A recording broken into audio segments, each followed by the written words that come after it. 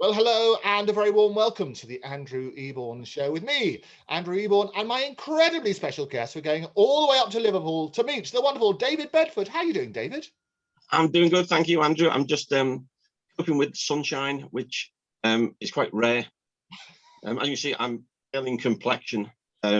I love it. A whiter shade of pale, I think, today as a result of the unexpected joys of the sun in Liverpool, which is always a thrill. And I'm delighted actually to have you on the show because you are have dedicated a large part of your life, over 20 years, researching, reviewing and writing in a forensic way about the Beatles. How did that come about? I've always been a fan because where I grew up was literally at the bottom of the street where Ringo Starr was born. And just around the corner, the primary school I went to is the school that Ringo had gone to as well. Now, I started there in 1969. I was once asked, when I mentioned the same school, they said, "Oh, you were at school with Ringo?" And whoa, hang on a sec, no. He's 25 years older than me. So I don't know who's been insulted and complimented with that one. I'm not quite sure. So I'm sort of aware of that, growing up in this area of Liverpool. I think it was the music that got me into it first. I can see it over my shoulder. I've got a guitar. So when I first started learning guitar and really getting into it, so I was about 12 or 13. First guitar book I got was the Beatles Complete. So the first songs that I was really learning to play with were Beatles songs.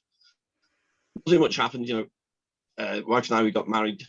We first lived in the Dingle, then we moved out of there. Nowhere connected to the Beatles at all. A place called Penny Lane. Yeah. So for the last 30-something years, we lived just off Penny Lane. Everything was sort of ignited when we got 3 daughters. We're all born in the same hospital as John Lennon. They all attended the same primary school as John Lennon and George Harrison, Dale Primary School, which where I'm still the chair of governors. The girls have long left there; they're all in their late 20s. We were trying to raise some money for the playground for the children. Formed a charity there, Friends at Dovedale Infant School. At the appeal, and of course, John Lennon and George Harrison, as famous former pupils. This got a lot of media attention, so we had a lot of national press involved. The person who responded, Yoko Ono, surprised a lot of people. And she said, "How much money do you need?" He said it was about £27,000, something like that. And she said, "Well, John loved his time at Dovedale. I'll give you £30,000. Give you all the money you need, a little bit extra." She's been over to the school a number of times. Been so generous to the school, but she's been very, very generous to the city of Liverpool as well. It coincided with a dramatic change in my life. I'd gone to school, went straight into work. I was working at Norwich Union Insurance, way up to business development manager, job, etc. And started feeling unwell, and my doctor signed me off. Almost 21 years ago to the day, in June 2000. And I'm signing you off for a month. I've been off more than 2 weeks. What's going on? I've been feeling rubbish for about 18 months. And the month became 3 months, and 6 months and 12 months. And then became clear I wasn't going back. They couldn't work out. It took them a while to work out what was going on. It's a condition eventually diagnosed of fibromyalgia, which is your life up completely. It's a chronic pain condition. A chronic pain 24 hours a day. Can't cure it because they don't really know what it started. So they just did different combinations of tablets.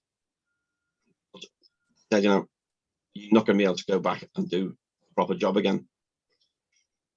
But so coincided at the time I was signed off, when we were doing stuff with the playground and getting the money from Yoko. And I met a guy who at school with John Lennon and George. We knew them both. He was writing a story all about the Penny Lane area, famous people who come from here.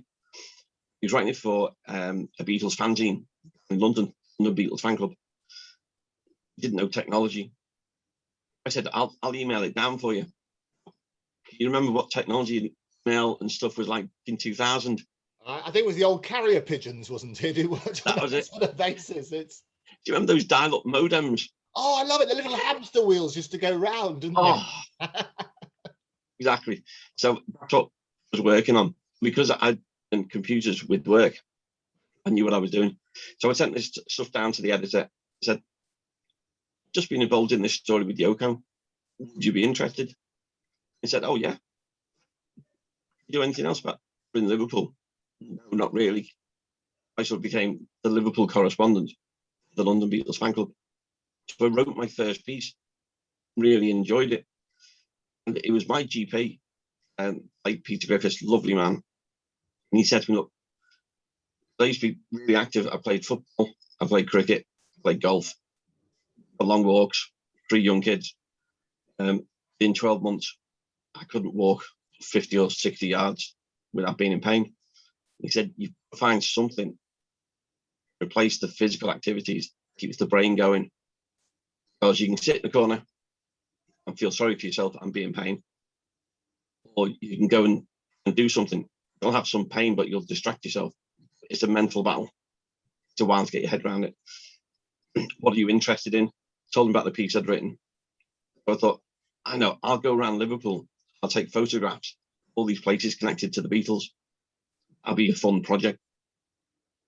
That's how I got started. It was just it's brilliant. And what I love is out of that adversity, David, such good has come, because what you've done is in that forensic way. And as you know, my background's as a lawyer, and what we do on the Andrew Eborn Show, we look at the truth about certain things, because it's always different sides and different perspectives and so many unanswered questions. And when you kindly got in touch through Debbie Greenberg, who was previously on the show talking about the truth about the Cavern Club and her father's ownership of it, Debbie suggested, absolutely, you must talk to David, who has been looking at all of these stories. So what we're going to do is a little series of these where we're going to take some of the stories out there. We're going to look at the process and so on and so forth and dig down, because you approach this in a really interesting forensic way. You call yourself, or I think one of your chums called you, the Beatles detective.